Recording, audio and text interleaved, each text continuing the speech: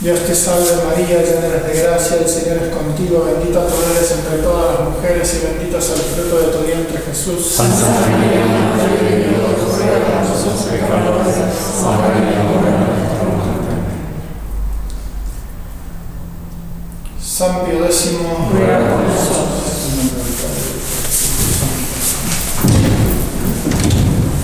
Bueno, muy lindo el título que me puso acá Enrique. Podría ser el título de la conferencia. La mentira tiene patas cortas. El que da la conferencia no, pero...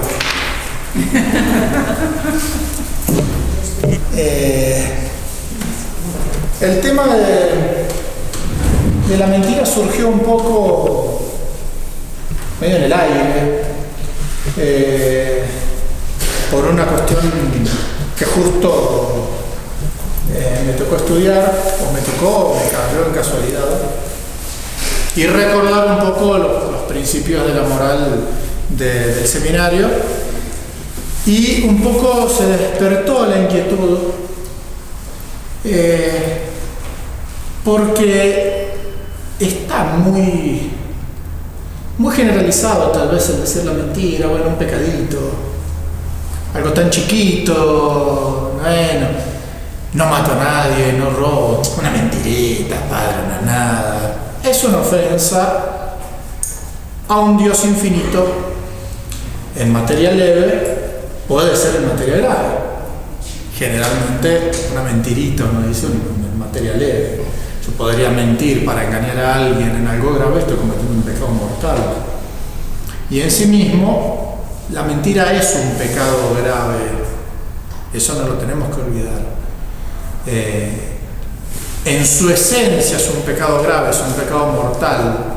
Lo que pasa es que los pecados mortales pueden hacerse en una cantidad tan pequeña que termina siendo un pecado venial, por lo que se dice en moral, por parvidad de materia, porque la materia del pecado es muy chiquita. Eso que esencialmente sería un pecado mortal termina siendo un pecado venial. Pero en sí mismo, la veracidad, la verdad, es un bien muy grande del alma. Perder eso, como se ha perdido en el mundo actual, que ya no se puede dar la palabra a nadie, ya no se cree en nadie, es una pérdida muy grande para una sociedad, porque es un bien de la inteligencia, es un bien importantísimo, la verdad. Entonces la veracidad de las personas es algo muy importante y faltar contra eso es algo grave. Como pecado, uno dice, bueno, una mentirita, no, pero no es nada grave. Esa mentirita particular que yo digo o dije, que se empieza a escapar fácilmente, uno empieza a descubrir que es una salida muy fácil a resolver un problema. Me hacen una pregunta comprometedora y digo una mentira y soluciono un problema en un segundo. Pero de hecho estoy ofendiendo a Dios. Eso es lo primero. Si uno se pone a pensar que Santo Domingo Sabio prefería morir antes que cometer un pecado venial deliberado, nosotros tenemos que darnos cuenta que deberíamos estar dispuestos a dar nuestra vida por no decir una mentira, por pequeña que fuere. El asunto es importante. Lo que pasa es que, de nuevo, en un mundo de mentiras, en un mundo falso, donde ya no se puede dar la palabra o no se puede creer en la palabra de nadie, uno termina acostumbrándose a decir, bueno, una mentirita no es nada. Entonces, desde el punto de vista de la ofensa a Dios es gravísimo. Si uno tuviera que, no sé, supongamos que uno está en un ejército y le mandan poner una bomba que va a destruir un país entero y va a asesinar a un montón de personas inocentes, millones y millones de personas inocentes. Y uno dice, a ver, voy, la pongo, pero después no la conecto y digo una mentira y salvo con una mentirita a millones y millones de personas. El héroe que salva a todos esos millones y millones de personas por decir una mentirita. Esa mentira puede salvar esos millones de personas, pero esos millones de personas, al fin y al cabo, son finitas. Y Dios es infinito. Yo elegí ofender, aunque sea en materia leve, a un Dios infinito para poder salvar millones y millones de personas finitas. Entonces, en un caso así, tampoco puedo decir una mentira. Suena, padre, qué cruel. Usted no quiere salvar esos millones y millones de personas. No es eso. Qué cruel es decir, bueno, ofendo a Dios, aunque sea para salvar a todas las personas que sea posible. Siempre el pecado es peor. Nunca podemos pensar en un mal peor que el pecado.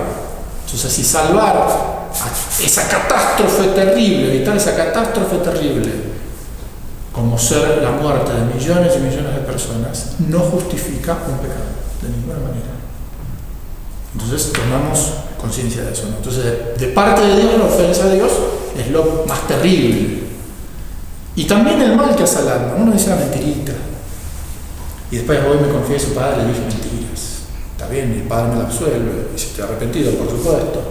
Pero esas cosas pequeñas inconscientemente van manchando el alma.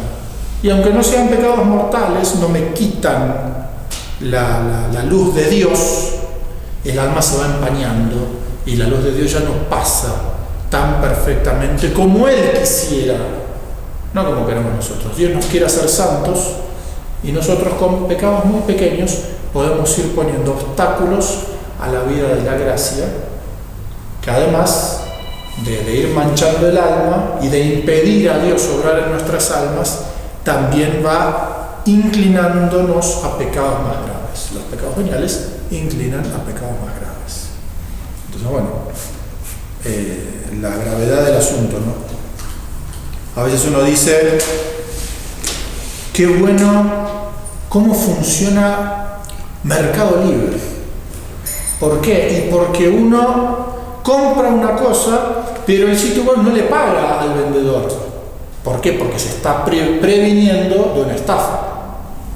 Pero además, si hiciera algo mal, me da la oportunidad de devolver la cosa antes de que a él le paguen y poder devolverme el dinero, y además lo puedo calificar de modo negativo para que no vuelva a estafar a nadie o no quiera estafar a nadie, y además si me cancela la compra pierde su calificación y empieza a bajarle la fama en el sitio web y qué sé yo. Qué bueno. ¿Cuántos sistemas de seguridad tiene Mercado Libre? ¡Qué malo! Es un diagnóstico pésimo para la sociedad actual, que una persona no pueda confiar en absolutamente nadie y que necesite 1000 sistemas de seguridad para poder decir, bueno, ahora sí me animo a algo que es un acto de justicia. Comprar algo y pagarlo, la cosa más simple del mundo. En el mundo antiguo probablemente no existía ni firmar un boleto de compra y venta. Con el tiempo, bueno, también es una realidad que existen las heridas del pecado original y que el hombre está inclinado al mal. Pero ya estamos en una decadencia tan grande que no podemos confiar en absolutamente nadie. Para nada, ni siquiera para gastar 1000 pesos. No, para cuidado. O viene una persona a pedirnos dinero en la calle. En el mundo antiguo, y una persona que pedía dinero era alguien que por alguna razón no podía trabajar, que podía tener una enfermedad, estar lisiado, qué sé yo, y uno le creía a la persona, y si tenía para darle, sí, tomá, claro, era un acto de caridad. Hoy estamos pensando, puede ser un tipo que me está mintiendo y que me inventa una historia y que en realidad no tiene nadie, que podría estar trabajando o que manda a los hijos, pero en realidad si le doy es peor porque entonces incentivo al ladrón a que siga mandándole a pedir, y uno tiene una serie enorme de desconfianzas que dilucidar antes de decir, bueno, sí, a este se le doy seguro. Y a veces uno dice, bueno, yo le doy, el problema es de él, pero nunca me quedo seguro y tranquilo de decir, realmente es un acto de caridad por una persona que necesitaba. Y bueno, ese es el mundo actual, ¿no? Y por ese mundo actual nosotros tal vez nos vamos acostumbrando a, si no caer tan bajo, caer menos y con eso conformarnos. En un mundo de tantas mentiras, conformarnos con mentir un poco menos. Y no, como católicos, la única manera de conformarnos debe ser no mentir. Toda mentira es pecado. Ese es el principio. Ahora vamos a ir analizando las razones y los casos particulares. Entonces, para hablar de la mentira, primero tenemos que hablar de la verdad. Si no entendemos bien lo que es la verdad, difícilmente vamos a comprender la gravedad de la mentira. Lo que se opone, la mentira se opone a la veracidad, o sea, a la virtud por la cual los hombres decimos la verdad. Vamos a explicar lo que es la verdad, lo que es la veracidad y después sí entender bien lo que es la mentira. San Agustín dice que el bien consiste en el orden. El hombre está ordenado. Dios hizo las cosas ordenadas. Y los mandamientos no son otra cosa que ese orden por el cual la naturaleza humana funciona bien. Dios cuando creó al hombre, no es que dijo, bueno, voy a crear al hombre. Y después fueron pasando los siglos y cuando apareció Moisés, Dios dijo, bueno, el hombre está muy tranquilo, así que vamos a inventarle 10 leyes para que haga algo, para que tenga algo que cumplir. Uno se lo podría imaginar de esa manera. Dios le puso leyes al hombre para que por medio de esas leyes se salvara. Decir, bueno, te doy algo que te cueste un poco, porque si no estaba muy fácil. Y en realidad no. Los mandamientos responden a la naturaleza humana, son como el manual de instrucciones de la naturaleza humana. Si Dios se lo dio a Moisés, es porque el hombre ya no era capaz de comprender, de leer en su propia naturaleza que debía, para obrar bien, para obrar ordenadamente, cumplir esos mandamientos. Pero en realidad están grabados en la naturaleza humana. Los filósofos antiguos se daban cuenta de que el hombre tenía que vivir según virtud. La moral católica está basada sobre la ética, una ética imperfecta de los filósofos que fue perfeccionada por la fe y por Santo Tomás de Aquino. Eso es la moral católica. Pero de hecho, los filósofos antiguos se dieron cuenta que el hombre debía hacer el bien y evitar el mal, y que de esa primera ley salían otras leyes, y se acercaron bastante a los mandamientos. De a poquito fueron perfeccionando y limando esa ética, y Aristóteles dio algo muy, muy cercano a los mandamientos. Lo que no comprendieron los filósofos es que el hombre tenía las heridas del pecado original. Eso no lo comprendían. Decían, el hombre tiene que vivir de esta manera, pero no lo logra. ¿Por qué? Y no sabemos. Entonces cayeron en el escepticismo. Decir, bueno, sí, el hombre debería ser así, pero no puedo. Qué pena. Llega Santo Tomás con la moral católica, que dice, el hombre debe obrar así, y lo logra con la gracia. Sin la gracia es imposible. Entonces los mandamientos son como ese manual de instrucciones que podemos cumplir para vivir ordenadamente. Vivir ordenadamente es obrar el bien, hacer las cosas bien. Si ustedes se compran una licuadora, dicen, la licuadora la compré yo, es mía, entonces la voy a usar para moler piedra. ¿Qué va a pasar? Se va a romper. ¿Por qué? Porque no seguía el manual de instrucciones. ¿Quién le puso el manual de instrucciones? El que la fabricó. ¿Por qué? Porque el que la fabricó conoce bien cómo funciona, conoce bien cuál es la naturaleza de eso que fabricó, y conoce bien qué pasa si no se la usa de la manera adecuada. Dios creó al hombre, Dios conoce muy bien cómo funciona el hombre y cómo, si funciona de tal manera, se rompe esa naturaleza humana, se desordena. Y entonces, por misericordia, nos mandó los mandamientos para que comprendiéramos nuestro buen funcionamiento. Entonces el bien consiste en el orden. Las acciones ordenadas, según la naturaleza humana, serán buenas, y las desordenadas serán malas. Lo ordenado es una virtud, lo desordenado es un pecado, un vicio, ¿sí? Ese orden es un orden a Dios, al fin y al cabo, porque Él es nuestro fin. Entonces obramos ordenadamente para alcanzar a Dios. Y ese obrar ordenado además hace bien a nuestra naturaleza. Por eso el pecado es una ofensa a Dios, porque nos aparta del fin y a la vez le hace mal a nuestra naturaleza.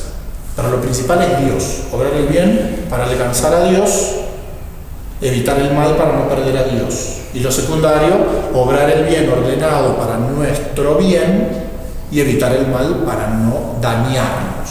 Eso es secundario. Un protestante o un modernista va a decir: el pecado es malo porque le hace mal al hombre. Eso es secundario.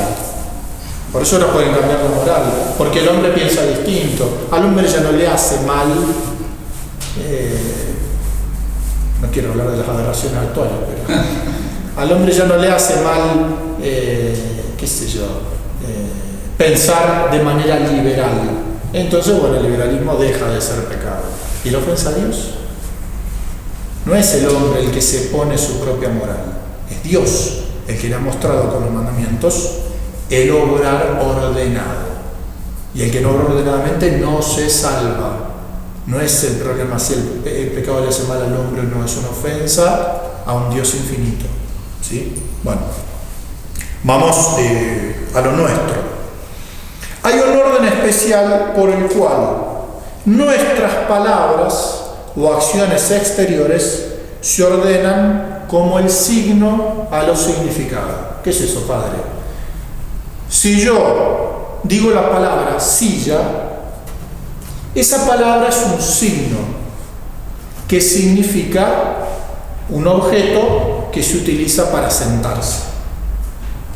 Entonces, la palabra silla es el signo que nos pone en contacto con lo significado que es esa silla que yo tengo adelante, por medio de un concepto que yo tengo en la cabeza. Yo veo la silla, la conozco, la entiendo, y alguien me dice: eso es silla. Ah, silla. Y cuando me dice silla y yo me voy y no veo más la silla, tengo la silla en la cabeza. Entonces, hay un orden. Yo tengo delante una silla, tengo una silla en mi inteligencia y digo silla. Eso es ordenado. Si yo veo una silla, tengo en mi cabeza una silla y digo mesa, hay un desorden. Un desorden que puede ser culpable o puede ser involuntario. Si yo tengo un problema psiquiátrico y no logro conocer bien las cosas, no estoy cometiendo un pecado diciéndole mesa a la silla. Si soy una persona que no tiene ningún problema y comprendo bien que eso es una silla y digo mesa, estoy mintiendo voluntariamente. Y eso es un desorden. El signo y los significados no son iguales. Y entonces hay un error, un desorden que, si es voluntario, es un pecado. Entonces, para el orden, el hombre se perfecciona por la veracidad. El orden de la palabra con el objeto que constituye la verdad en el hombre para poder vivir ordenadamente en la manera de hablar, necesita esa virtud que es la veracidad. Para entenderlo bien, vamos a dibujarlo así. Entonces, acá tenemos al Octavio Resolve con su cabellera frondosa.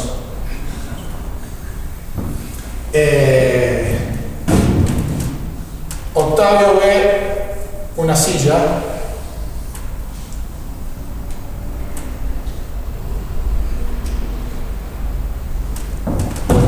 la ve con los ojos, pero la imagen de la silla se viene al pensamiento, y más allá de la imagen,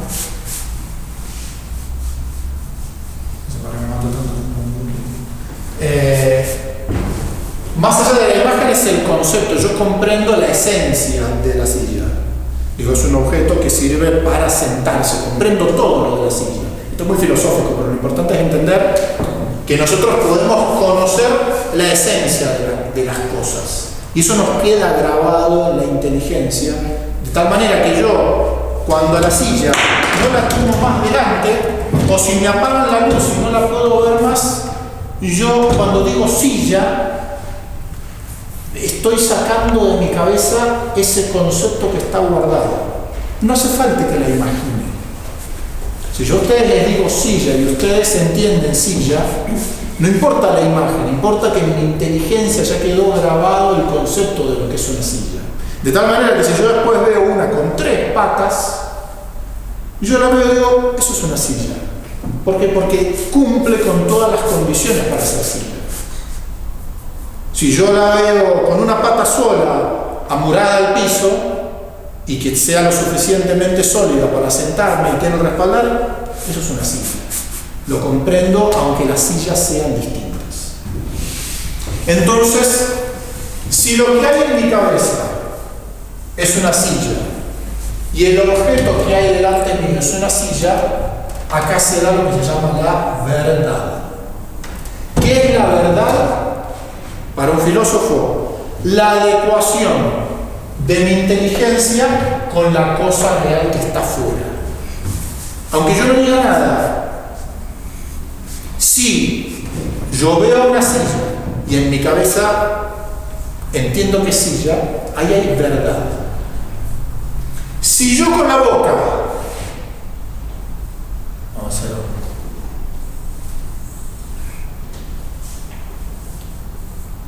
digo silla porque lo comprendí, esta palabra es signo de lo que yo tengo en la inteligencia. Si mi cabeza se adecua con la cosa real, hay verdad. Si mi palabra se adecua con el concepto que tengo en la cabeza y además por medio de este concepto con la cosa que hay en la realidad, ahí hay veracidad, que es la virtud que me hace decir la verdad. Entonces la palabra es un signo. Puede ser silla, en Estados Unidos va a ser child.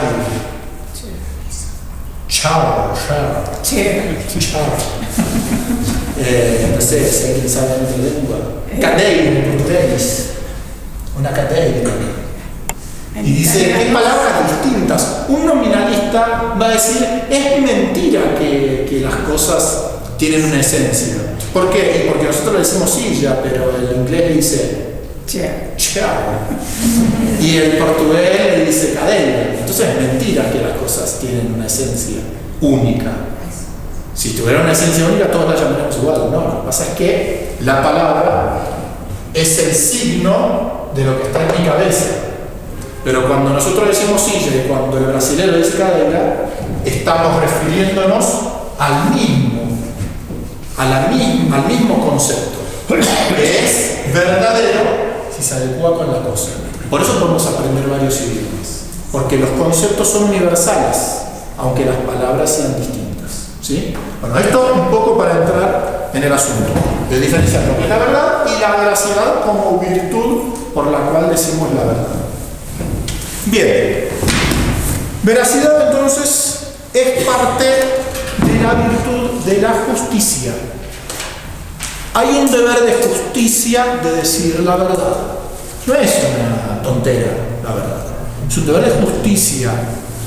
Es tan importante, como decíamos, que en una sociedad haya verdad y haya veracidad, que se vuelve, como es algo, la palabra es algo con lo que nos relacionamos con los demás, es un deber de justicia decir la verdad.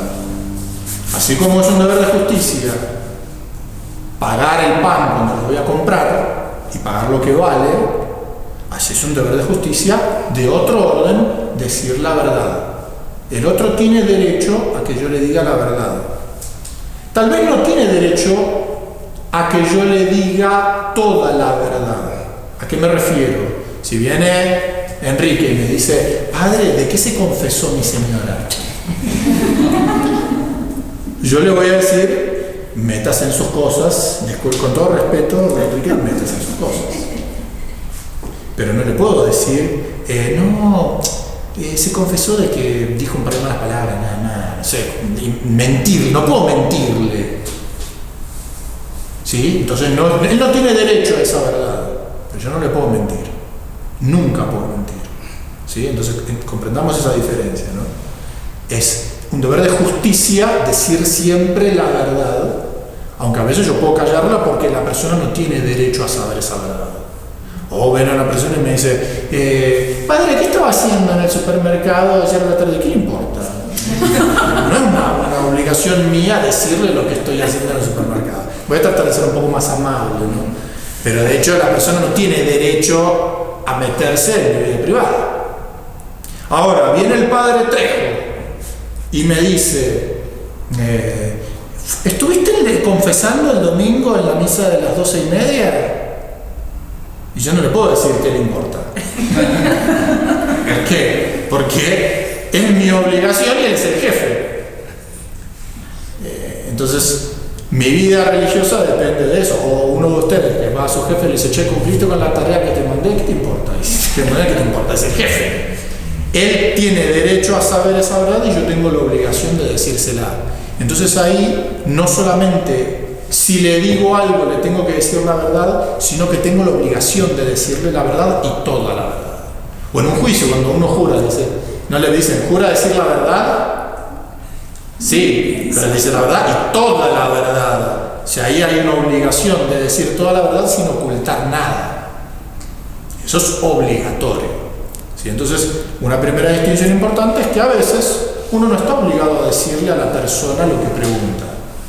Cuando una persona indiscreta nos pregunta algo que no tiene uno la obligación de decírselo, puede decirle, discúlpenme, no se lo digo. O a veces, eso lo vamos a ver ahora en las cosas más prácticas, si uno no quiere no quiere faltar a la amabilidad, le puede decir una parte de la verdad y no decirla toda, pero nunca se puede mentir. Son cosas distintas. Hay un deber importantísimo de justicia de decir siempre la verdad. Parte de la justicia, entonces, es un deber para con los demás, como puede ser pagar, como decíamos, el pan. Eso es un deber legal. ¿Sí? Está determinado por la ley divina, por la ley natural y también por las leyes civiles que uno, cuando compra algo, lo tiene que pagar. Es un deber de justicia legal. El deber de la veracidad es un deber de justicia moral. Lo que nos manda a decir la verdad es la honestidad, porque en un mundo donde no se dice la verdad pasan las cosas que vivimos hoy, y no justifica que el mundo viva en la mentira el que nosotros digamos, bueno, vivimos un poco menos en la mentira. No justifica. La veracidad, dice Santo Tomás, esto es un dato que tiene cierta curiosidad. Se inclina siempre hacia lo menos, a decir menos. Por ejemplo, si a mí me preguntan, padre, ¿cuántas virtudes tiene usted? Yo tengo todas las virtudes. Conviene decir menos, pero no mentir, de nuevo. También dice Santa Teresa, la humildad está en la verdad. Qué bien que te salió la comida. No, me salió horrible. No, a lo mejor me salió bien. Qué bueno, me alegro que te haya gustado. Siempre la verdad. Y no justifica la humildad el no decir la verdad. Peor es cuando uno se inclina nomás. Qué rica te salió la comida. Sí, me sale mejor que a Francis Malman. La virtud de la veracidad nos inclina naturalmente a decir menos de nosotros mismos y no creérnosla tanto, ¿no? Pero nunca decir lo falso. Bueno, verdad y veracidad. ¿Qué es la mentira?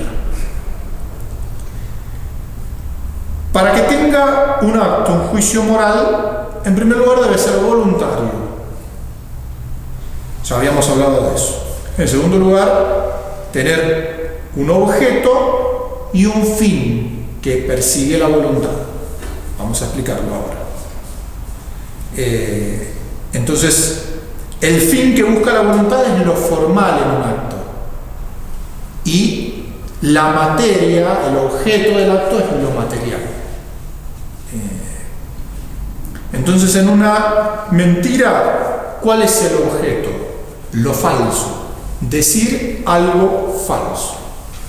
Yo les puedo decir a ustedes, eso es una mesa. Y no les estoy diciendo una mentira. Les estoy diciendo algo falso para explicarles lo que es una mentira. Porque digo una mentira material. Eso es una mesa. Ustedes ya saben que yo lo estoy diciendo para explicarles. Y que materialmente es algo falso, es una mentira, pero no lo es formalmente. ¿Por qué? Porque yo no estoy engañando por medio de esa cosa falsa que estoy diciendo. La finalidad de la mentira es engañar. Si yo consigo engañar, estoy cometiendo un pecado. Si yo no consigo engañar, pero mi intención voluntaria era engañar, igual estoy pecando, aunque no consiga el efecto, ¿sí? Si en el acto hay voluntad de pecar, es un acto voluntario, la materia es algo falso, y además lo digo para engañar, estoy diciendo una mentira. Entonces, ¿qué es una mentira dibujada? Si yo tuviera un problema psiquiátrico, como decíamos, probablemente tenga, pero no en el cual yo veo una silla, pero en mi cabeza mi concepto es mesa,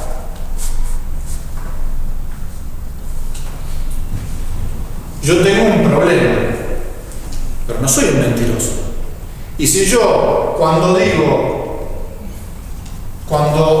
que es aquello que tengo en la cabeza, si digo mesa, no es una mentira, porque esto coincide con esto. El problema está acá.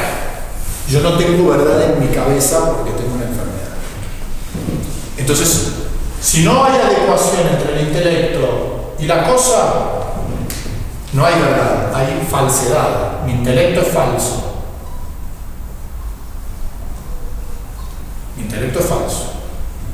Ahora, si esto funciona bien, como me imagino que en la mayoría de nosotros funciona, si hay verdad en el intelecto, tiene que haber veracidad en las palabras. Si yo digo mesa, teniendo en la cabeza silla, yo estoy diciendo voluntad. Si lo digo voluntariamente, digo una mentira. ¿Por qué? Porque la persona, viene un nene, ¿no? ¿Qué es eso? Una silla. ¿Qué es eso? Un escritorio. ¿Qué es eso? Un matafuego. ¿Qué es eso? Un caballo, nene. Bueno, a lo mejor el nene se lo cree, lo estoy engañando porque perdí la paciencia. Bueno, estoy diciendo una mentira. Yo veo un cuadro del Sagrado Corazón de Jesús, mi cabeza y el cuadro está aquí. Tengo verdad en mi cabeza y digo mentira con la boca. Por la razón que sea, esa es una mentira y es un pecado. Ahora es fácil analizar cuándo una mentira es pecado. Si yo tengo una cosa en la cabeza y digo otra, formalmente, con la intención de engañar, estoy cometiendo un pecado.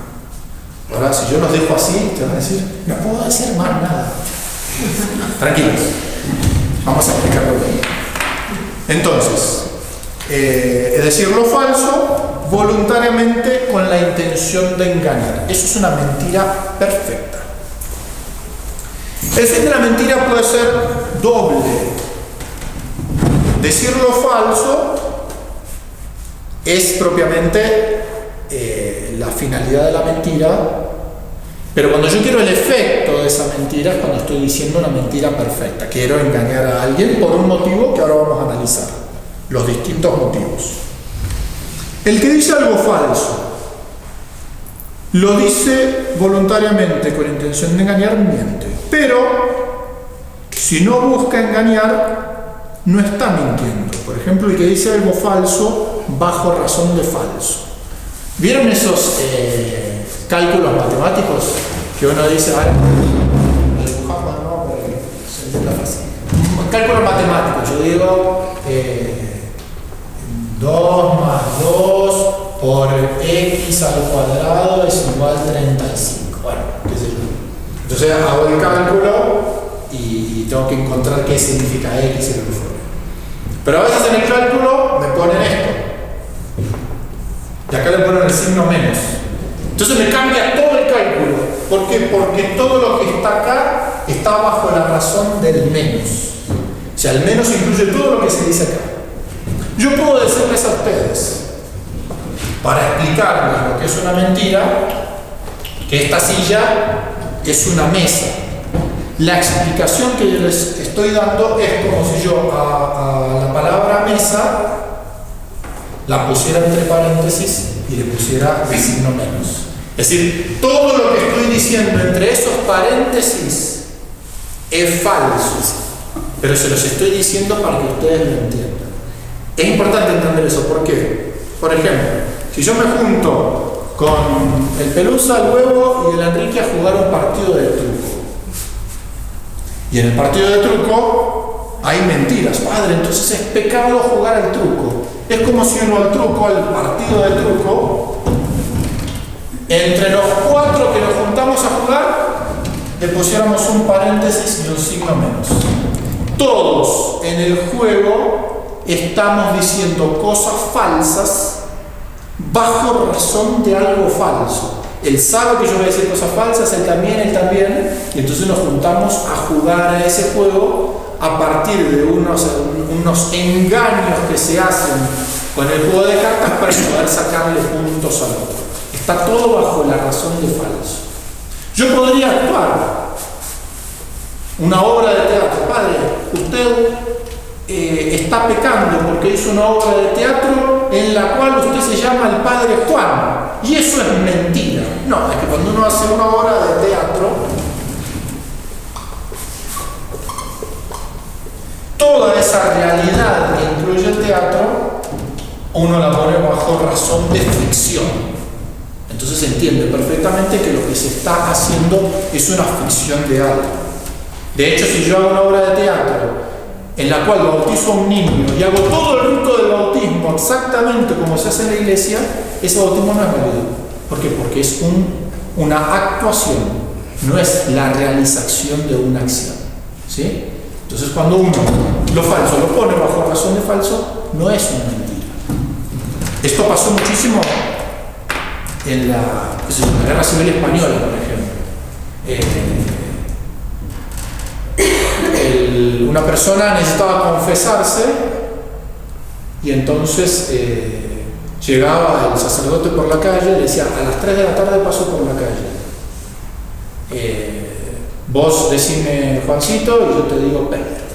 Y entonces va pasando por la calle, sale la persona de la casa: Juancito, Pedro, ¿cómo andás? Tenés tanto tiempo que no nos vemos, charlemos un rato. Y va por la calle y se va confesando a la persona y le daba al sacerdote la absolución sin hacer la cruz, porque no es necesario para la validez. Y todo ese teatro hacía que realmente se pudiera confesar a la persona, y la policía que andaba por la calle buscando a los cristianos para matarlos no se enteró de eso que estaba pasando. Ahora diríamos otros casos. Si una persona dice lo falso creyendo que es verdadero, por ejemplo, yo le digo al Enrique, hoy es miércoles y habíamos quedado que usted me tiene que pagar lo que me debe hasta el miércoles, así que venga la guita. Yo realmente creo que es miércoles hoy. Estoy diciendo algo falso, pero no estoy mintiendo. Mi voluntad no es mentir. Me equivoqué. Si digo algo que creo que es falso para engañar a alguien, le voy a decir a Enrique que hoy es martes, así no va a trabajar y lo echan del laburo. Entonces, Enrique, hoy es martes, acuérdese, no vaya a trabajar, y yo me voy contento diciendo: acá lo soñé al Enrique. Ahí dije una mentira, porque en mi cabeza yo tenía miércoles, hoy, pero le dije a Enrique que era martes. Mi palabra, martes, y mi cabeza decía miércoles. Entonces, esto no se adecua con lo que tengo en la cabeza. Eso es una mentira. Y se la dije a Enrique para engañarlo, para que lo echen del trabajo. Entonces, a la no ser igual la palabra a lo que yo tengo en la cabeza y haberlo dicho voluntariamente, yo dije una mentira, aunque de hecho no era algo falso, porque hoy es martes. Pero yo creía que era miércoles y se lo dije a él para engañar. ¿Sí? Bueno, todo este lío ahora se va a resolver con las cosas prácticas que vamos a decir. No se asusten. Bien. Entonces, ¿cuál es la mentira perfecta? Es que yo logre imprimir en la inteligencia ajena algo que es falso. Entonces, yo quiero que realmente Enrique crea algo falso. Y yo se lo digo, le imprimo algo falso en su cabeza para la finalidad que sea. Yo ahí estoy cometiendo un pecado de mentira. ¿De acuerdo? Esto es lo que resume todo lo que dijimos. El hecho de yo querer imprimirle en la cabeza de otro algo que es falso voluntariamente. Eso es mentira. Y eso es pecado. Ahora vamos a ver la división de la mentira. ¿Cómo pasa el tiempo? La mentira. Según Santo Tomás y todos los catecismos que ustedes puedan leer, hay 3 tipos de mentira. Una más grave que la otra. Este es imposible borrar. Vamos a usar este pedazo. Mentira perniciosa es la más grave. La mentira oficiosa, que está en el medio, y la mentira jocosa. Esta es la más grave, que busca hacerle el mal a otro. Yo le miento a Enrique para que lo echen del trabajo. O le miento a un cliente para sacarle plata. Lo que fuere. Una mentira, ahí en la de sacarle plata hay un bien para mí también, ¿no? Medio perniciosa, medio oficiosa. Le quiero hacer el mal. Le digo a alguien, tu auto anda perfecto, te lo arreglé, te dejé los frenos, pero no sabes lo que anda tu auto. Y sale y se mata en el camino. Mentira perniciosa. Estoy buscando hacerle el mal a una persona. Le imprimí en su cabeza la falsedad de que los frenos del auto funcionaban bien. ¿Para qué? Para que él con esa idea en la cabeza salga tranquilo, confiando en mi veracidad, se pegue un palo y se mate. La mentira oficiosa es para obtener un bien propio, aunque no perjudique a nadie. Se dice una mentira para quedar mejor delante de todas las personas. Busco un bien para mí. Es menos grave que el buscar el mal para otro, pero sigue siendo una mentira. Y la mentira jocosa es la que se dice simplemente para divertirse, para burlarse de otro, lo que fuera. Yo le imprimo una cosa falsa en la cabeza a otro para divertirme. Y a veces puede ser por una buena finalidad. Enrique quiere matar a su mujer. Hoy lo agarró Enrique, pobre. Ya está haciendo bolsa a la banquilla. Y entonces viene Enrique con ya el arma preparada y me dice, padre, voy a matar a mi mujer. Ay, ay, ay, Enrique no está en la casa. Oh, y bueno, voy a buscar a otro lado. Así se va y entonces entro a la casa. Imagínate el traje porque la disque se chifló. Más. Le mentí. Le imprimí al Enrique una cosa falsa, voluntariamente, con una finalidad buena. Pero de hecho dije una mentira y cometí un pecado. Yo tendría que haber dicho a Enrique, no sé, ahora vamos a ver que, después vamos a ver lo que es la restricción. Le tendría que haber dicho, no, Enrique, rajá acá, tómatela, ni te acerques a tu casa. O le podría haber dicho, pero tu mujer está cerca, y que él con eso entienda que tal vez no está en la casa. No le estoy diciendo una mentira, porque de hecho está cerca. Pero ahora vamos a ver ese tema. Pero es una mentira, tal vez con una finalidad buena, en la cual el hecho de reírse puede ser una mentira jocosa, pero es mentira, en fin. A veces uno dice mentiras porque le estamos preparando la fiesta sorpresa a tal persona, entonces vamos a decirle tal cosa. Y no, mentir no está bien. Es una cosa pequeña, parece que es una buena finalidad, pero de hecho si le imprimo algo falso en la cabeza voluntariamente, le miento y es pecado. Tengo que buscar otras maneras de hacer eso. Padre, me voy a preguntarle, se suele decir que la verdad es objetiva.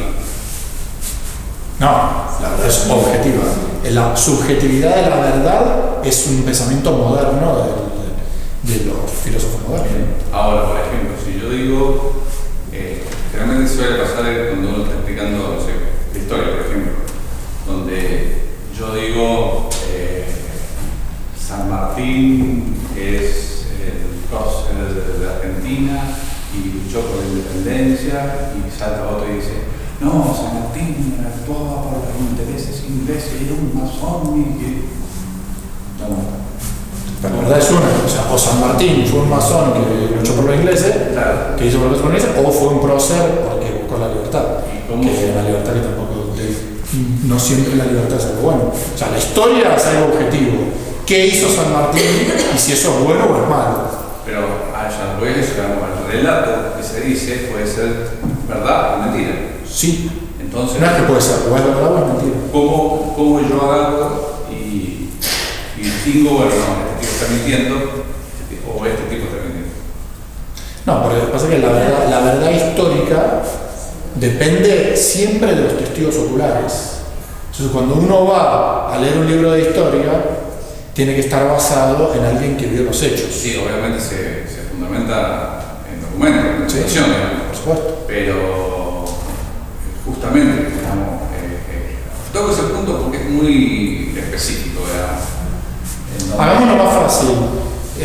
Uno dice que San Martín cruzó los Andes en un caballo blanco y otro dice no, estaba enfermo y lo cruzaron en camilla. Sí. Bueno, o cruzó en camilla o cruzó a caballo. No es que la verdad es subjetiva.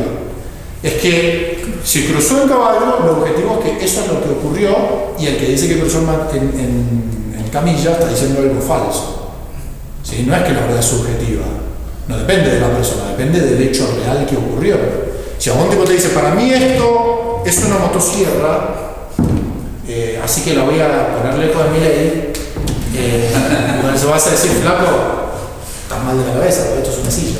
No, pero, o por ejemplo, el tema del holocausto, que son 6 millones, no fueron tantos, digamos, entonces hay todo un... Bueno, fueron los que fueron, y eso es una verdad objetiva. Y el que dice más o menos de los que fueron, está diciendo algo erróneo.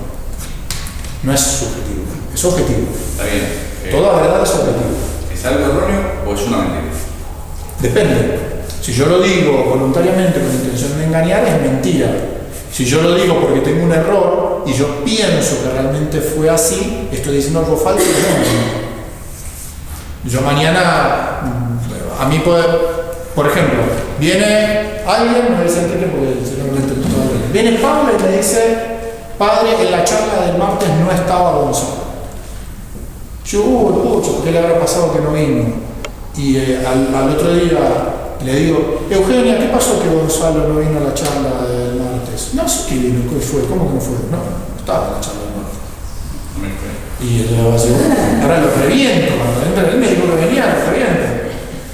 Pablo me dijo una mentira. Supongamos que te vio y me dijo una mentira. Yo ya no estoy diciendo una mentira, estoy diciendo algo falso. Porque yo no estoy diciendo voluntariamente con la intención de engañar.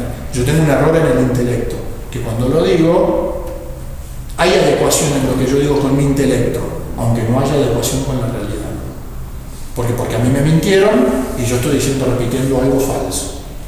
La mentira estaría en Paula, que sí te vio y me dijo lo falso voluntariamente. ¿Sí?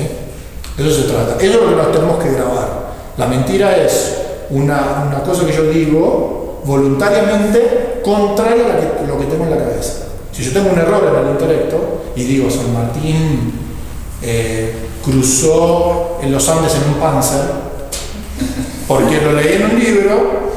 Yo tengo un error en el intelecto. Si yo voy y lo enseño, no estoy diciendo una mentira formalmente, estoy diciendo algo falso, pero no estoy diciendo algo que me engaña.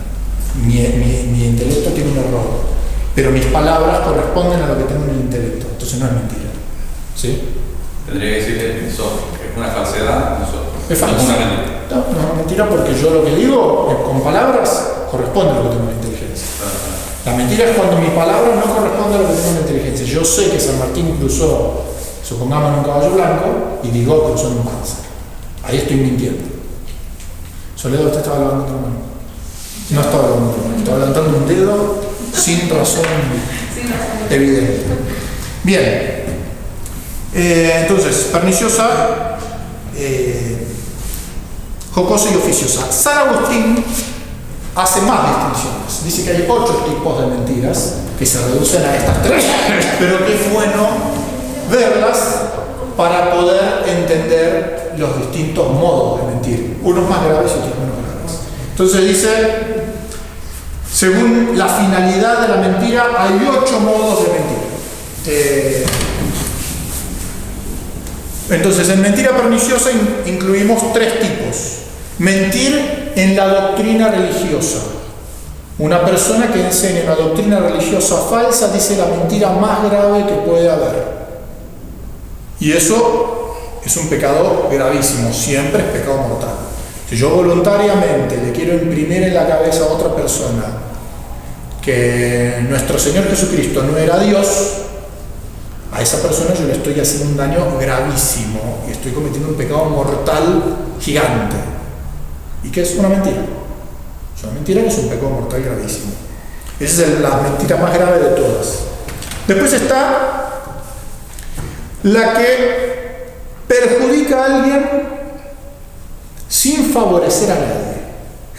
O sea, es una mentira en la cual yo busco específicamente perjudicar.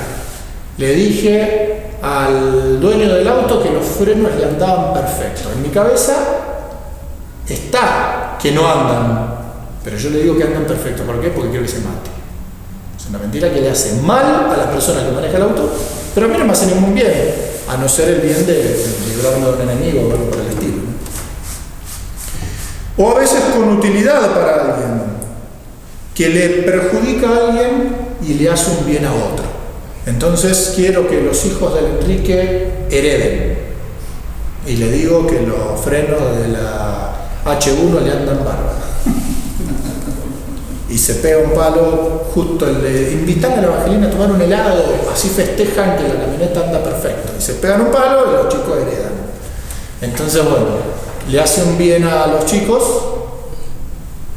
bien relativo, ¿no? Porque perder a los padres no siempre es un bien. Nunca es un bien, por supuesto. En sí mismo, ¿no? Se van al cielo siempre es un bien, pero en sí mismo no es un bien.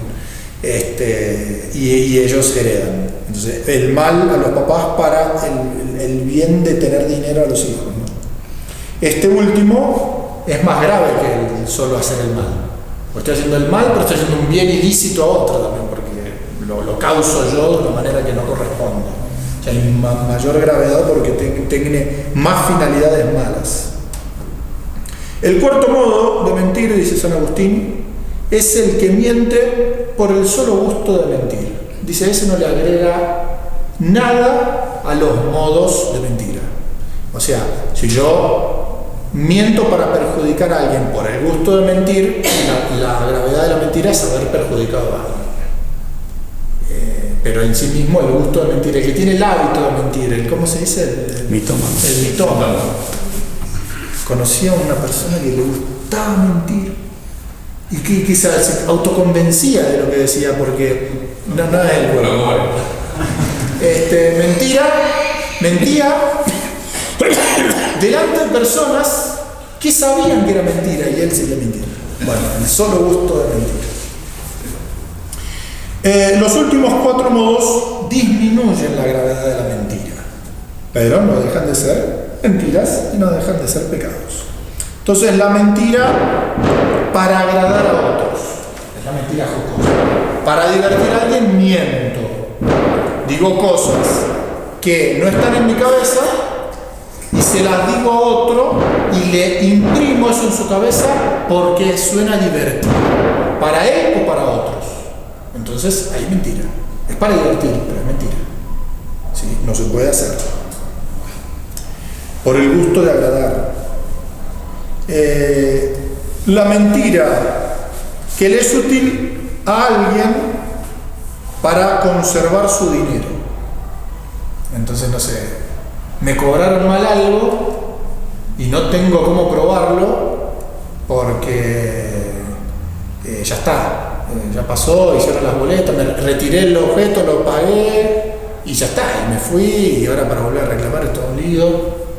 Entonces voy y le miento, hago una denuncia falsa y mentirosa para conservar mi dinero. La intención es buena, pero estoy mintiendo. O el abogado que dice, la señora la atropelló el 60, pobre, me hace acordar la hermana Julia. La señora la atropelló el 60 y no había testigos. Entonces no le puede hacer un juicio a la línea 60 porque nadie vio la cosa. Entonces, ¿qué hacemos? Creemos testigos falsos que digan haber visto eso para que la señora, pobrecita, cobre su seguro. La intención es por demás buena. Imaginémonos, no la señora pobre del bastón y quebrada del colectivo, y uno inventa los testigos falsos para ayudar a la señora. Está mintiendo, es un pecado. Una mentira oficiosa, no tan grave como la que perjudica, porque en realidad no estoy perjudicando a la niña 60, porque realmente hicieron ese mal, pero estoy mintiendo para el bien de esa persona. ¿Esa mentira es genial? Depende siempre del fin que uno busca, ¿no? Para el objeto y el fin. En general no va a ser un pecado mortal porque no hay un perjuicio para la empresa de colectivo y en realidad se le da lo que se le debe a la señora. Entonces termina siendo un pecado venial, salvo que se cause un escándalo grave. O sea, en realidad sería un pecado mortal porque a personas honestas que yo les hago mentir supuestamente por un bien, le estoy causando un escándalo. Y hay un pecado, en eso hay un pecado mortal. Y además mentira, en realidad la distinción es de poca importancia. Acá lo importante es saber qué es pecado y qué no, pero la verdad que hay pecados veniales en algunas mentiras. Pero ahí se causa, a una persona honesta se le causa un escándalo grave, y a una persona que obra el mal habitualmente se la confirma en el mal. Y ahí ese escándalo es un pecado grave, ¿no? El que yo le causo a la persona. Perdón, pero en ese caso sí, es cierto que el 6 atropelló a la señora. El 60. Bueno, el 60, perdón. Y la señora dice, sí, el 60 me atropelló, pero no tiene testigos y los necesitan. Ahí en realidad no hay voluntad pecaminosa porque quiere decir la verdad, pasa que necesita como esa, por una cuestión legal, necesita esos testigos. Por eso, la señora dice la verdad, pero los testigos que mienten están mintiendo. ¿No vieron el Sigue siendo una mentira, entonces. Sí, por supuesto, porque incluso yo no vi la cosa y yo voy y digo algo que no vi como verdadero. Y en realidad, si usted lo piensa bien, eso abriría también las puertas, por bueno que parezca salvar a la viejita que sí la atropelló el colectivo, abre las puertas a que después se haga lo mismo con cosas malas. ¿Por qué? Porque el testigo falso es testigo falso defendiendo a una persona buena o defendiendo a una persona mala. ¿Cómo sé yo que realmente a la señora la atropelló el colectivo y no es el abogado que está mintiendo diciéndome a mí que sí realmente pasó eso?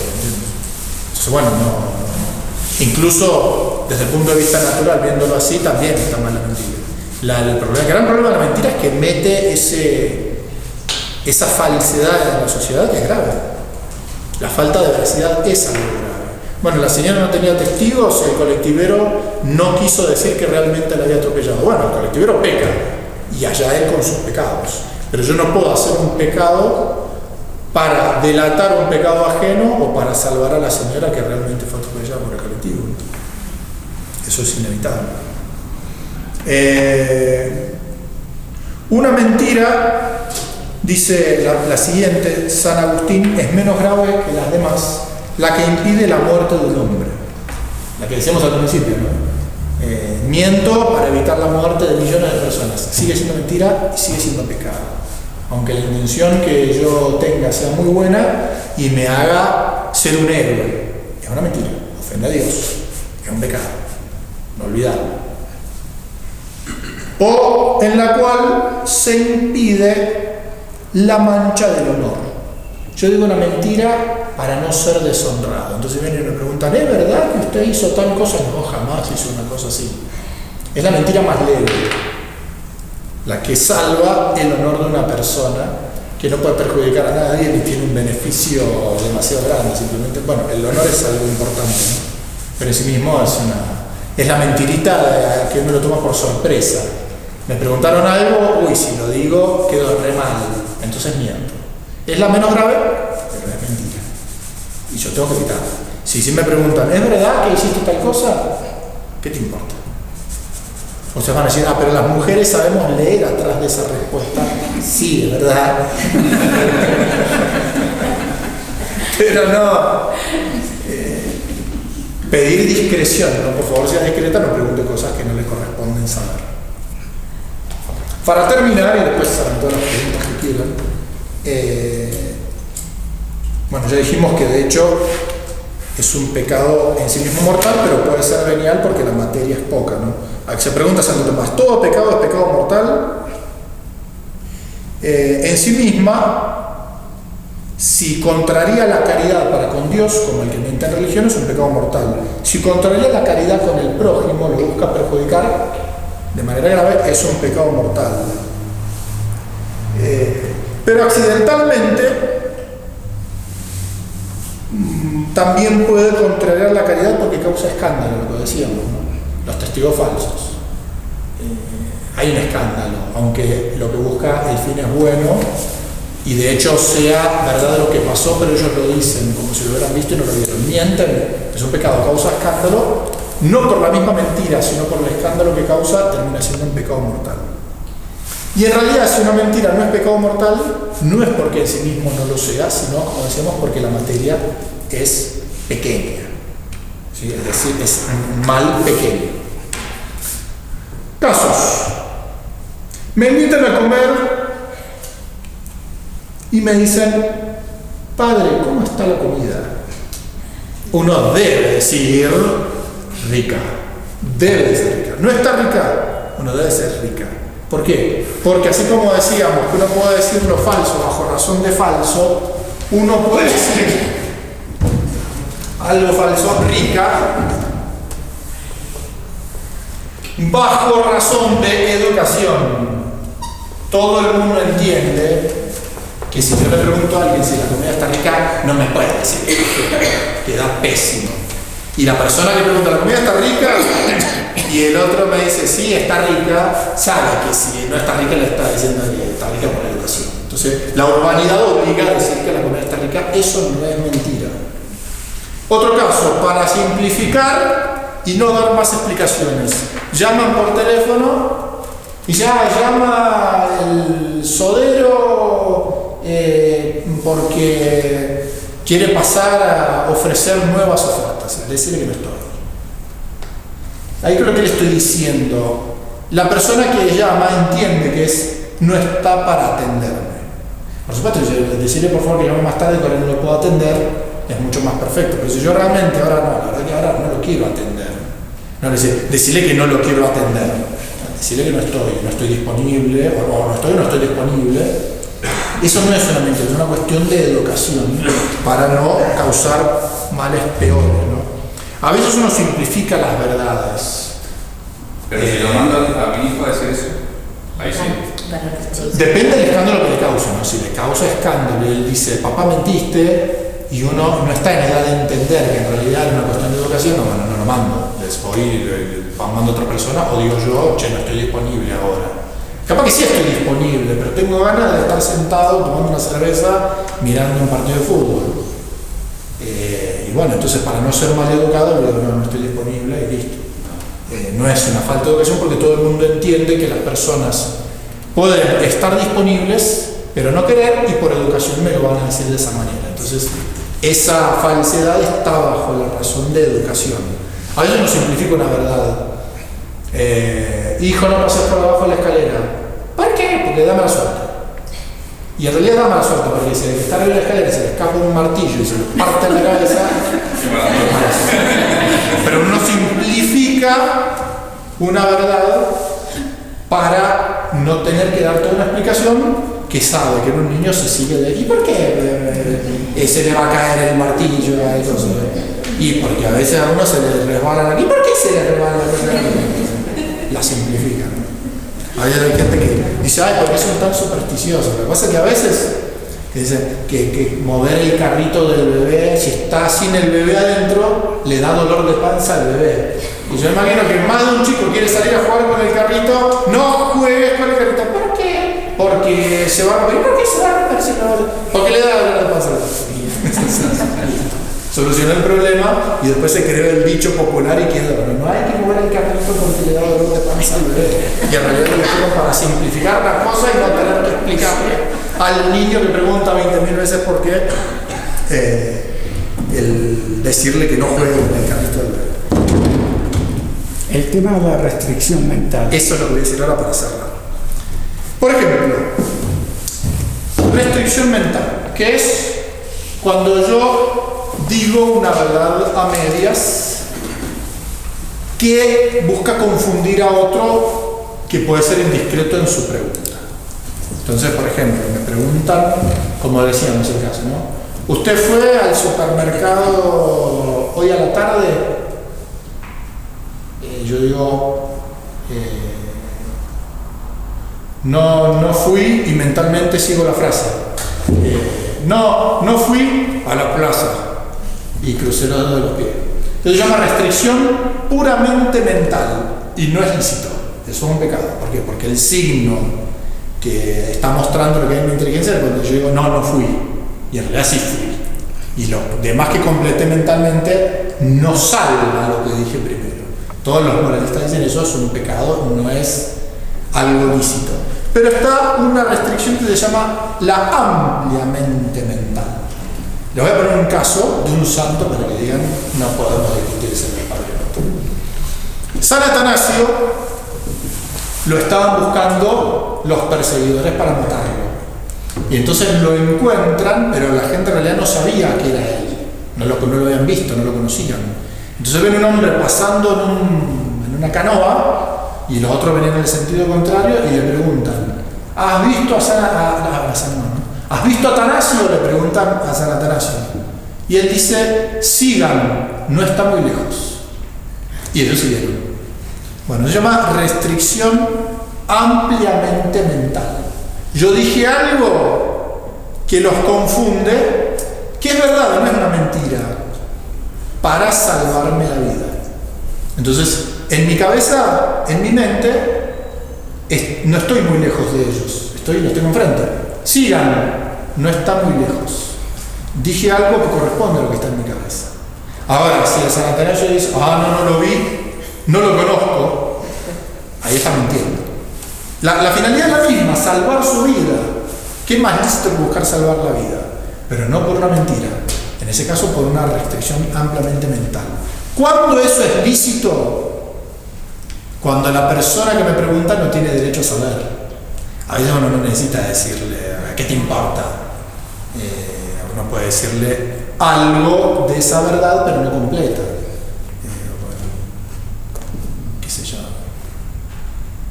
Me preguntan algo indiscreto y contesto con una partecita sin entrar en lo complicado de la respuesta a esa pregunta, y ciertamente una restricción ampliamente mental. ¿Cumplió con su trabajo, señor Barrio? Todos los días cumplo. ¿Cómo me pregunta eso? Y en realidad ese día no había cumplido, pero dijo una restricción ampliamente mental. En ese caso no es lícito. ¿Por qué? Porque uno tiene la obligación de decirle a su jefe la verdad.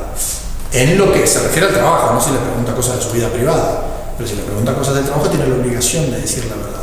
Ahí no puedo usar esa restricción mental. Viene el Padre Trejo y me dice, ¿confesaste en la misa del domingo? Los sacerdotes tienen que confesar.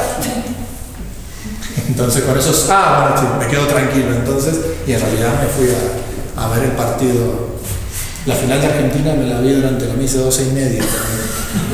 Habían 5 personas. Entonces para Fontaine me dice, deja que yo los confieso o seguir mirando la final. Pero cuando uno tiene la obligación de decir la verdad, no puede usar restricciones mentales, aunque sean estas restricciones amplias. Padre, y en el caso, usted puso el ejemplo del bautismo bajo obra teatral, que por más de que haga exactamente el mismo rito, no es válido. Y en el caso de la confesión, que yo también actúe, que conocí y demás, esa confesión también es válida. La confesión esa es válida porque en realidad actuó el encuentro con la persona, pero no actuó la confesión. La confesión fue verdadera. Cuando vieron que no veían la policía, qué sé yo, y empezó a hablar, que ya no lo escuchaban, empezó a hablar y se confesó realmente, ¿no? Lo que actuaron fue el encuentro, como si fueran 2 amigos que no se conocían, ¿no? Pero no la misma confesión. ¿Y la mentira piadosa? La mentira piadosa es una mentira, depende de la finalidad que tiene, puede ser oficiosa, puede ser, generalmente es oficiosa, ¿no? Mentirita piadosa para evitar una discusión, un problema. Es leve, pero es un pecado. ¿Sí? Si yo le digo... Mentira, claro. Si a mí viene, quiero evitar una discusión familiar. Y viene la Evangelina y le pregunta al Enrique, ¿cambiaste el tomacorriente que hace 4 meses que te vengo pidiendo que lo cambies? Sí, mi amor, lo cambié, pero no funciona, es que se rompió de nuevo. Y ahora lo voy a cambiar enseguida para que otra vez no te quede sin tomacorriente. Entonces, bueno, evitó una discusión, evitó un problema, pero es una mentira. Yo tengo la duda si algo, algo pasa cuando tiene parte de verdad y de mentira, o tiene que ser totalmente mentira. Y depende, hay cosas que pueden ser más o menos verdaderas o falsas. Yo le puedo decir una frase que es, hoy es martes y son las 4 de la tarde. Algo de verdad tiene, es martes y no son las 4 de la tarde. Si yo esa parte falsa la digo voluntariamente, sabiendo que son las 9:15, y yo digo que son las 4 de la tarde, por más que una parte de verdad dije, la otra es una mentira voluntaria.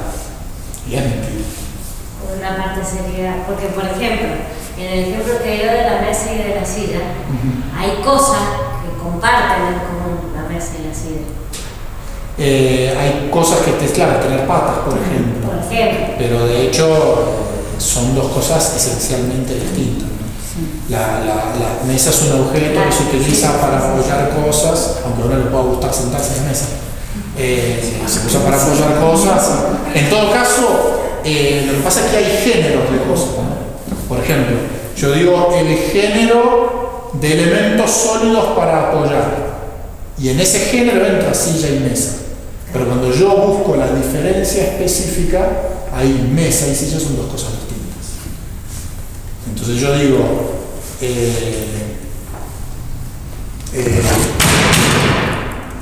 esto es del género de los muebles para apoyar. Sí, es verdad, no es una definición específica, pero tampoco es falsa. Y esto también es del género de muebles para apoyar, pero específicamente esto es para apoyar objetos, y esto es para apoyar personas, esencialmente. Los herejes sabían que decían verdad y decían eso solamente para engañar a la gente, o estaban convencidos de que el hereje, claro, en realidad el primer hereje miente, que cambió la verdad. Y los otros que lo siguen pueden estar diciendo cosas falsas. Lo que pasa es que hay verdades que uno tiene obligación de saber. Las verdades que hacen a la salvación uno las tiene que saber. Un católico tiene que conocer la doctrina católica y ver que en toda ella no hay cosas falsas. Una vez que yo me doy cuenta que mi religión todo lo que tiene no es contrario a la razón, digo, esta es la religión verdadera. En cambio, el hereje, el protestante, en las falsas religiones hay cosas contrarias a la razón. Si la persona dice, yo de todas formas quiero seguir siendo protestante porque no quiero salir de la religión de mis padres y me doy cuenta que hay cosas que son contrarias a la razón, hay una herejía voluntaria, ¿no? Me adhiero a esa herejía. Ahora, un niño que nace en una familia protestante, es de condición simple y no se da cuenta de los errores que tiene su religión, en sí mismo no adhiere a la herejía voluntariamente, no comete ese pecado de ser hereje. Si va a cometer otros pecados por culpa de estar en el error, porque la ley natural sigue siendo obligatoria para el hombre, con la fe o sin la fe. Es lo que dice San Pablo en la epístola a los romanos, ¿no? O sea, bueno, los paganos que nadie les predicó la fe, entonces no pecan. San Pablo dice sí, cuando obran contra lo que su naturaleza debe conocer, están cometiendo un pecado. No cometen el pecado de ser paganos, porque no les ha llegado la fe, pero sí cometen los otros pecados, que cometen por culpa de no tener la fe verdadera. El hereje primero sí enseñó voluntariamente lo falso, y el hereje que, comprendiendo que hay errores en esa falsa fe, los sigue adhiriendo y los sigue diciendo, es un hereje formal y está diciendo mentiras. Padre, la obligación de decir la verdad atañe exclusivamente al sujeto que tiene que decir la verdad sobre sí mismo, porque, por ejemplo, se rompió un jarrón, fue mi hermano, fui yo. Yo sé que fue mi hermano, me están culpando a mí. ¿Tengo que decir la verdad o simplemente con decir yo no fui, ya estoy diciendo la verdad necesaria del asunto? Digamos? Diciendo yo no fui, estoy diciendo la verdad. Si el decir quién fue es obligatorio, ahí debo decir quién fue. Por ejemplo, si yo soy testigo de un crimen y legalmente estoy obligado a decir quién cometió ese crimen por el bien común, yo no puedo decir, lo único que voy a decir es que yo no fui. Yo tengo la obligación de delatar a la persona que lo hizo. Si mi mamá, que es la dueña del jarro, me dice quién rompió el jarro porque tengo que castigarlo por el bien común, y ahí le tengo que decir quién rompió el jarro. En realidad no, cuando decir esa verdad es obligatoria no es un mucho. El tipo que lo dice porque quiere quedar bien él y delatar a otro. Ese es el mucho. Ahora, el que dice por el bien común la verdad de un mal cometido por otro, y mucho más cuando lo quiere para que la corrección al otro le sirva, eso no es mucho. Está buscando el bien ajeno. ¿Callar por respeto humano es mentir? Depende de la obligación por respeto humano, sí, por supuesto. No es mentir, es no decir una verdad obligatoria. Pues yo callo, cuando yo callo no estoy diciendo un signo contrario a lo que tengo en la cabeza. Salvo que me digan, calla si para ti esta silla es una mesa. Bueno, mi silencio se convierte en signo, porque no solamente las palabras son signos, también hay gestos que son signos. Si yo le digo así, no necesito decir ninguna palabra y un signo que representa algo que tengo en la cabeza. Padre, yo puedo mentir contradiciendo mi conciencia. Por ejemplo, yo paso por enfrente de una iglesia y no tengo la obligación de hacer la señal de la cruz. Mi conciencia me dice, hacer la señal de la cruz. Y yo digo, no, porque me van a mirar raro. ¿Qué sería eso? ¿Sería una mentira hacia mi conciencia? ¿O hacer una idea? Mentira no es. Estoy omitiendo un acto religioso por un motivo X. Tengo respeto humano, pero en sí mismo no es mentira. Una mentira podría ser si yo me hago la señal de la cruz delante de una carnicería para que el que viene caminando por el frente se crea que es una iglesia y se haga la señal de la cruz también. ¡Qué tonto! Ahí sí, mi gesto constituye una mentira. No hay que ser cerrado, porque sube la carne. Sí. ¿Alguna otra pregunta? No. ¿Qué pasa en universidades actualmente? Donde dan contenido que no es real, pero si los chicos no dicen ese contenido, no aprueban el contenido. Sí. ¿Qué pasa entonces? Bueno, ahí cada caso particular debe ser analizado, pero en sí mismo una persona que estudia, por ejemplo, medicina y yo quiero ser un buen médico católico, para el examen me exigen que yo escriba lo que aprendí en el apunte. ¿A qué estoy obligado yo en un examen? A poner lo que me mandaron a estudiar. Entonces, cuando yo lo escribo en el examen, yo no estoy mintiendo, estoy poniendo cosas falsas bajo la salvedad de que eso es lo que el profesor me mandó a estudiar y eso es lo que él quiere que yo ponga. Entonces, ahí yo no estoy mintiendo propiamente. Entrarían otros problemas morales si el profesor me enseñara una blasfemia y yo escribiera la blasfemia y con eso diera a entender que estoy de acuerdo con eso. Bueno, ahí ya no, ahí ya es algo mucho más grave, ¿no? Pero de hecho, si yo pongo lo que está en la punta, por ejemplo, dicen, estoy estudiando anticoncepción, estoy estudiando medicina y métodos anticonceptivos. Entonces, en la pregunta dice, ¿qué tiene que aconsejarle a una mujer que ya tiene varios hijos y le pregunta cómo hago para evitarlos? Entonces, bueno, el apunte decía, tengo que aconsejarle anticonceptivos. Bueno, yo respondo lo que está en el apunte, sabiendo que después yo no lo voy a hacer cuando sea médico. Son situaciones que siempre hay que analizarlas en cada caso particular porque ponen en mayor o menos riesgo a las personas que están metidas en ese problema. Pero de hecho es una realidad que no podemos perder los médicos católicos. Es decir, bueno, si fuera así, si eso fuera una mentira, entonces no habría ninguna carrera que pudieran estudiar los católicos. Habría que dejar todas las carreras en manos de los malos. De hecho hay problemas así en todas las carreras, ¿no? En el derecho, en todo. Bueno, padre, nos vamos